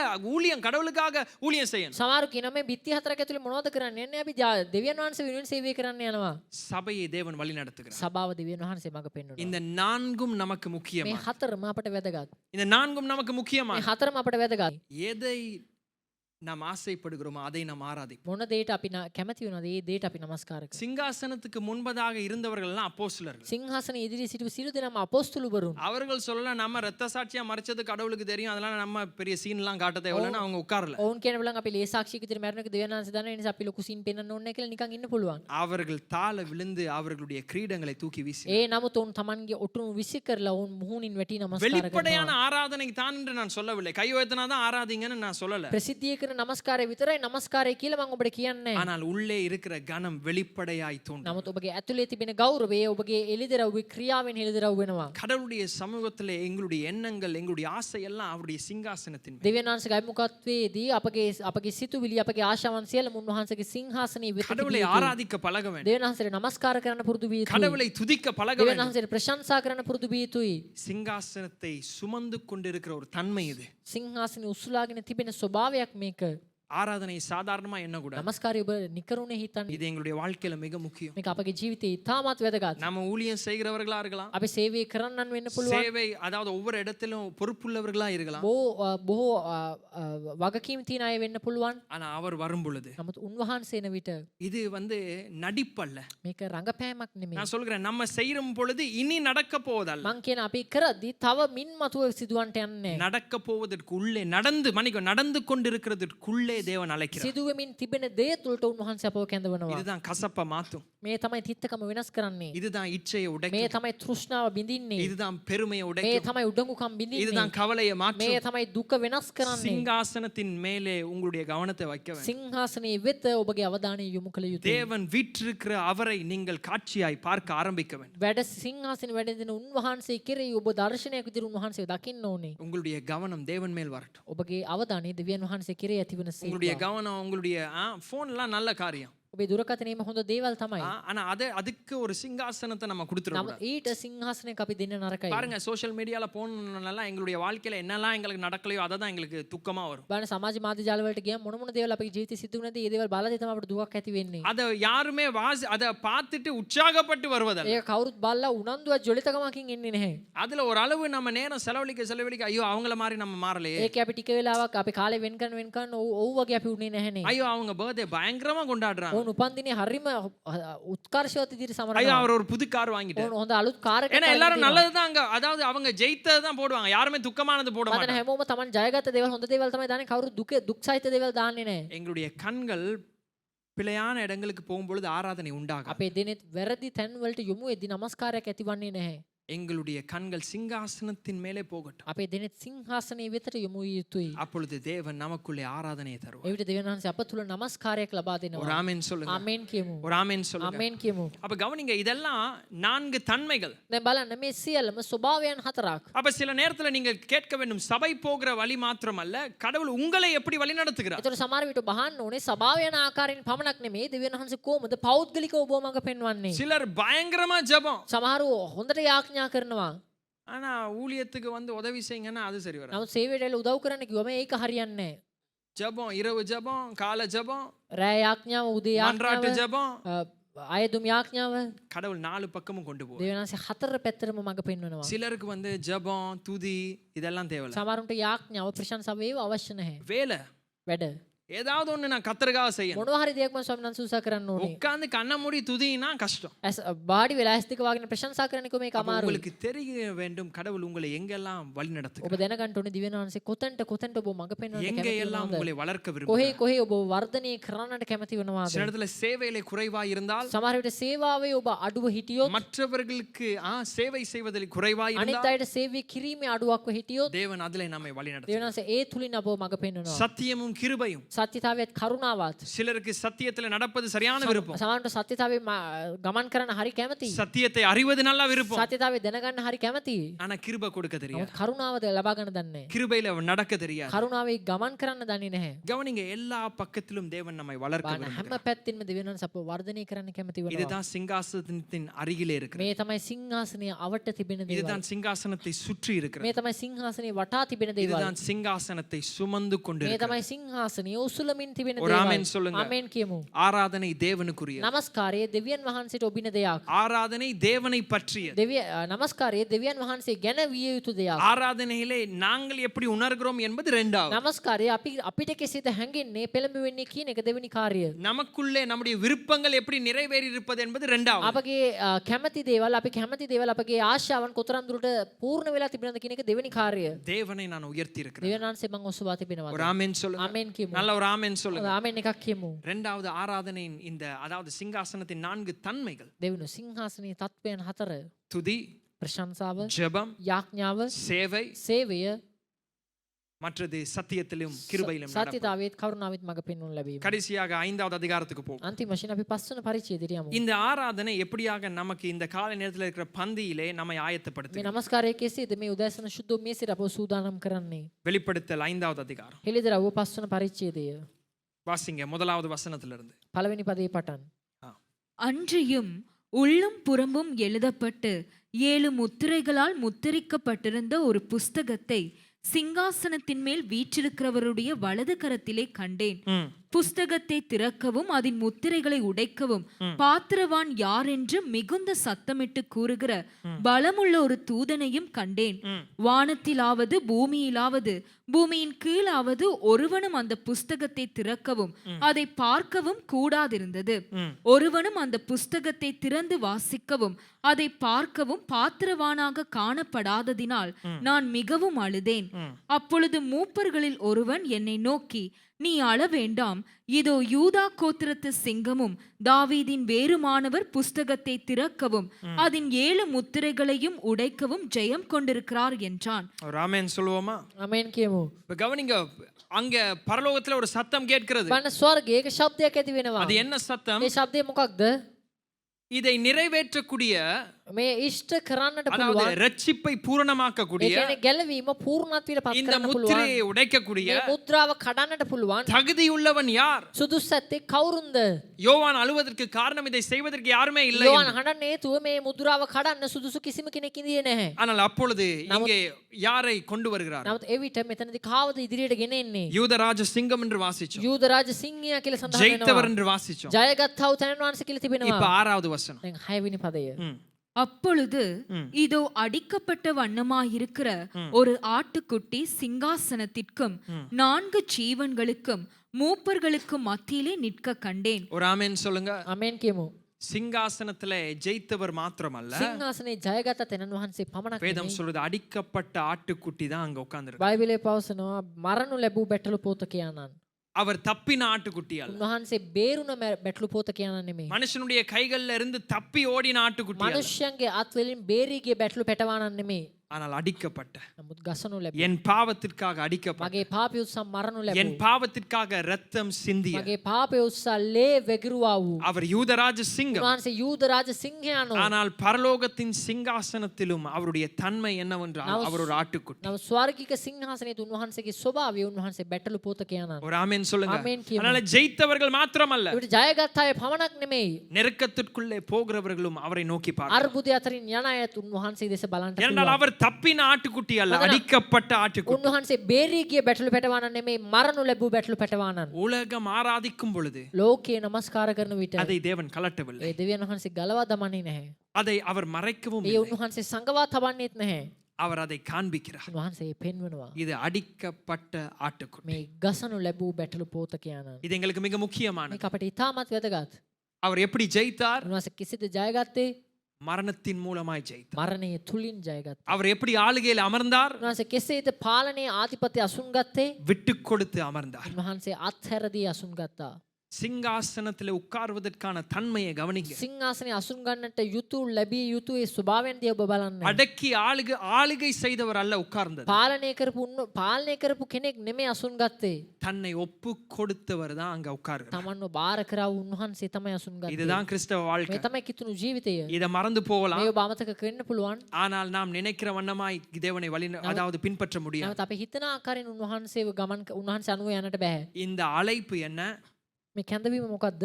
தேவனுக்காய் நாம் வாழ வேண்டும். දෙවියන් වහන්සේ උස අපි ජීවත් විය යුතුයි. இதுதான் இப்படிதான் நாம ஜெயிப்போம். මෙහෙම තමයි අපි ජය ගන්නේ. விட்டு கொடுத்து ஜெயிப்போம். අත්හැරලා දීලා ජය ගන්නවා. ஒப்பு கொடுத்து ஜெயிப்போம். අපි බාර කරලා ජය ගන්නවා. நெருக்கத்திற்குள்ளே போய் நாம் ஜெயிப்போம். අර්බුදයේ තුලින් ගොස් ජය ගන්නවා. இதுதான் கிறிஸ்துவின் மாதிரி. මේ තමයි ක්‍රිස්තුස් වහන්සේගේ ආදර්ශය. சிங்காசனத்திலே உட்கார்ந்து இருப்பது සිංහාසනයේ අසුන්ගෙන සිටින්නේ. யூதராஜ சிங்கம் மாத்திரமல்ல, යූද රාජ සිංහයාණෝ පමණක් නෙමෙයි. அவர் அடிக்கப்பட்ட ஆட்டுக்குட்டி. උන්වහන්සේ ගසනු ලැබූ බැටළු ஒரு පැටවනවා. ஆமென் சொல்லுவோமா? ආමෙන් කියමු. அதுதான் நெருக்கத்தின் நடுவிலும் அவரை நோக்கி ඒ பார்க்கலாம். නිසා තමයි අර්බුදයේ මැදිත් උන්වහන්සේ දෙස බලන්නට ඕනේ. இந்த பூமியை அவர் அதாவது சத்துருவை அவர் எப்படி මේ ஜெயித்தார்? පොළව සතුරා උන්වහන්සේ කෙසේද ජයගත්තේ? அவர் ரத்தம் சிந்தி ஜெயித்தார். උන්වහන්සේ ලුදිරියේ වගුරුවා ජයගත්තා. மற்றவர்களுக்காய் தன்னை ஒப்பு கொடுத்து අනිත් ஜெயித்தார். අවස්ථාව තමන් වහන්සේව බාර කර ජයගත්තා. அதனால தான் இந்த பந்திக்கு வரும் பொழுது ඒ නිසා තමයි මේ ශුද්ධ මේසෙ ඉදිරියට ඔබ එන විට நாம் கர்த்தரின் வழிகளை ஏற்றுக்கொண்டு வருகிறோம். ස්වාමීන් වහන්සේගේ මාර්ගයන් අපි පිළි අරගෙන පැමිණෙනවා. நாம் கொண்டாடுவது ஒரு துக்கமானதை அல்ல. අපි ඒක සමරන එක දුක් සහිත දෙයක් නෙමෙයි. நாம் துக்கமான ஒரு காரியத்தை இங்கே අපි கொண்டாடவில்லை. දුක් සහිත දෙයක් මෙතන සමරන්නේ නැහැ. அவர் உயிரோடு எழுந்தார், அவர் ஜெயித்தார் என்பதை கொண்டாடுகிறோம். උන්වහන්සේ මලවුන්ගේ නැගිට්ටා, උන්වහන්සේ ජයගත්තා කියන එක සමරනවා. ஆனால் திருவிருந்து ஞாபகப்படுத்துகிறது அதை எப்படி செய்தார். ශුද්ධ මේසෙ අපිට මතක් කර දෙන උන්වහන්සේ කිසි දෙයක அவருடைய சரீரம் பிற்கப்பட்டு උන්වහන්සේගේ ශරීරේ ඉරනු ලැබුවා. அவருடைய ரத்தம் சிந்தப்பட்டு උන්වහන්සේගේ රුධිරය වගුරුවනු ලැබුවා. இதுதான் முறை.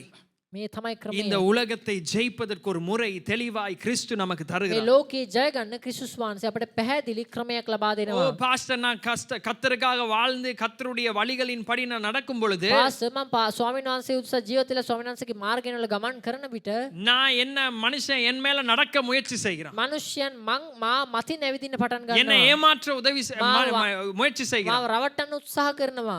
நான் ஏமாற்றப்படுவதை போல நான் உணர்கிறேன். මා රවටනු ලැබෙනවා වගේ මට හැඟෙනවා.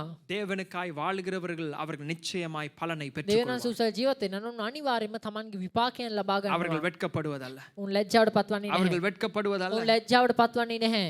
கடவுள் அழைக்கிறார், அவருடைய சிங்காசனத்தை நோக்கி பாருங்கள். දෙවියන් වහන්සේ කැඳෙන උන්වහන්සේගේ සිංහාසනයේ දෙස බලන්නට. இல்லாவிட்டால் உங்களுடைய சின்ன சின்ன சிங்காசனத்தை சுற்றி நீங்கள் ஆராதனை செய்து கொண்டிருக்க නැත්නම් வேண்டும். ඔබේ පොඩි පොඩි සිංහාසනයන් අවට ඉඳගෙන ඔබ නමස්කාර කරමින් ඉන්නවා. கவலை உங்களை மேற்கொள்ளும், දුක ඔබ ජය ගන්නවද? துக்கம் உங்களை மேற்கொள்ளும், ඔබගේ වේදනාව ඔබ ජය ගනී.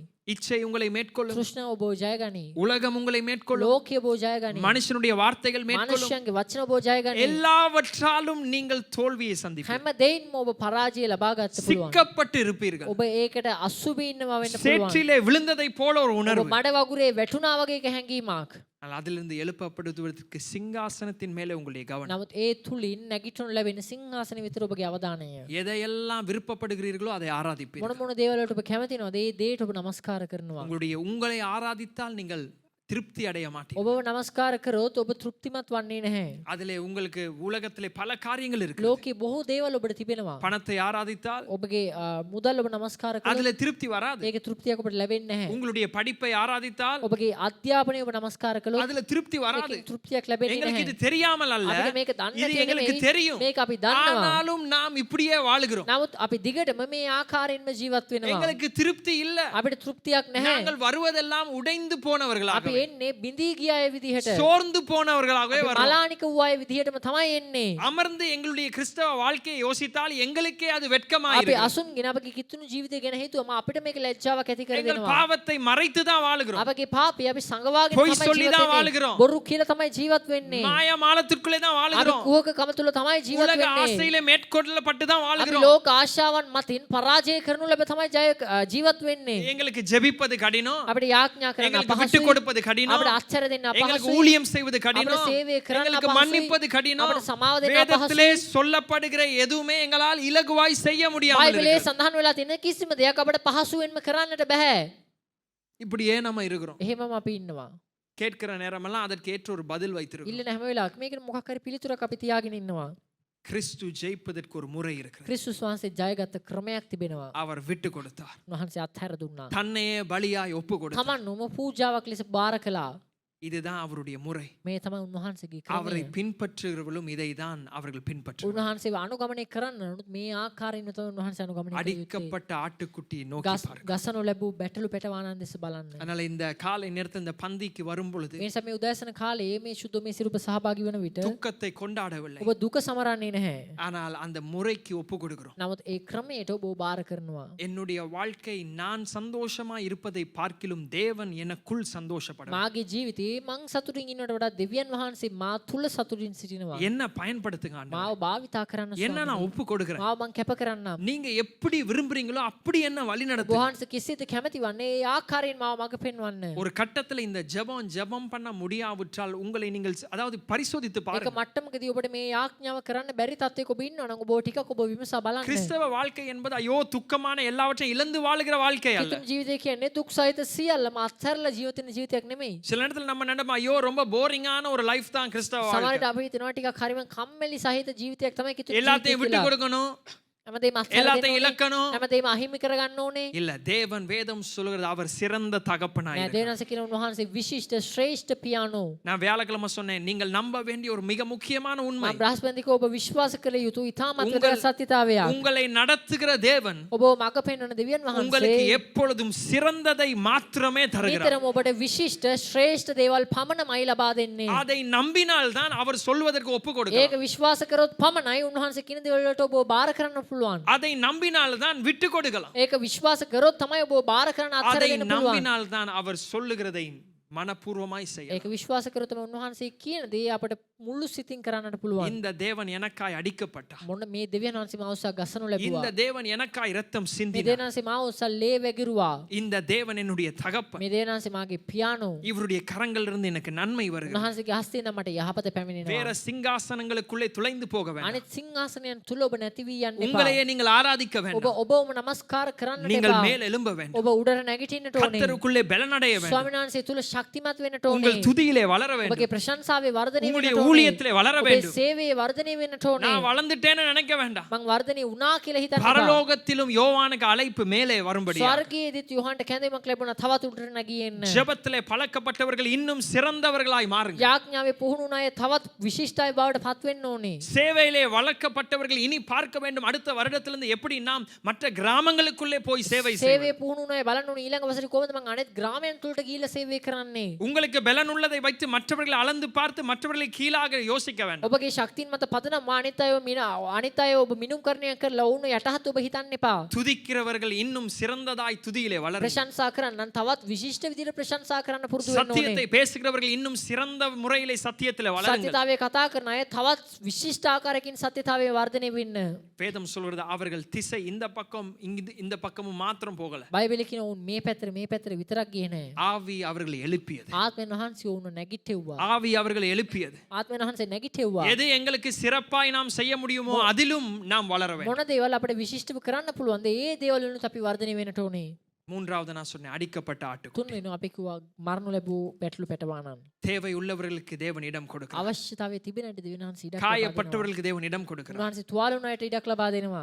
உங்களுடைய பிரச்சனைகள் எல்லாம் வெட்கப்படுத்துகிற காரியம் அல்ல. ඔබගේ ප්‍රශ්න සියල්ලම ඔබ ලැජ්ජාවට පත් කරන දේවල් உங்களுடைய නෙමෙයි. அவமானங்கள் எல்லாம் வெட்கப்பட்ட காரியங்கள் ඔබගේ அல்ல. අවමානයන් සියල්ලම ඔබ ලැජ්ජාවට පත් කරන දේවල් නෙමෙයි. வேதம் சொல்லுகிறது மகிமைக்கான நேரம் வந்த பொழுது அவர் சீஷர்களை பார்த்து சொல்கிறார் நான் இப்பொழுது சிலுவைக்கு போக. බයිබලයේ කියනවා මහිමයට පත් වෙන්නට ඕන වෙලාව ආව ගමන් මං කුරුසියට යන්නට ඕනේ. அதனால நீங்கள் வெட்கப்பட வேண்டாம். ඒ නිසා ඔබ ලැජ්ජාවට පත් වෙන්නට එපා. உங்களுடைய தோல்வியிலே வெட்கப்பட வேண்டாம். ඔබගේ පරාජයේදී ලැජ්ජාවට පත් වෙන්න එපා. கிறிஸ்துவுக்காக நின்று தோல்வியை நீங்கள் பெற்றுக்கொண்டால் வெட்கப்பட வேண்டாம். ක්‍රිස්තුස් වහන්සේ උදෙසා සිටගෙන ඔබ පරාජය ලැබුවා නම් ඔබ දුකට පත් වෙන්න එපා. சிங்காசனத்தில் அடிக்கப்பட்டவர் தான் ஆளுகை செய்கிறார். සිංහාසනේ ගසනු ලැබුණු වහන්සේ තමයි පාලනය කරන්නේ. அதோடு கூட திலரான கூட்டம் வேதம் சொல்றது அவரோடு சேர்ந்து ඒ கொள்ளும். සමග මහත් සේනාවක් වේදනාවක් උන්වහන්සේ සමග එක්ුණා. அவர் பரிசுத்தர். උන්වහන්සේ ශුද්ධයි. துதி கனம் மகிமைக்கு அவர் பாத்திரர். ස්තුතිය ප්‍රශංසා මහිමයට උන්වහන්සේ සුදුසානෝ. ஞானம் வல்லமை அவருக்குரியது. ප්‍රඥාව බලය උන්වහන්සේගේ. யாருக்கு? කාටද? அடிக்கப்பட்டவருக்கு, මරණු ලැබූ ஒப்பு යේසුස්. கொடுக்கப்பட்டவருக்கு. බාර කරනු ලැබූ තැනන් இதுதான் වහන්සේට. எங்களுடைய கிறிஸ்தவ මේ வாழ்க்கை. තමයි අපගේ කිතුණු ජීවිතය.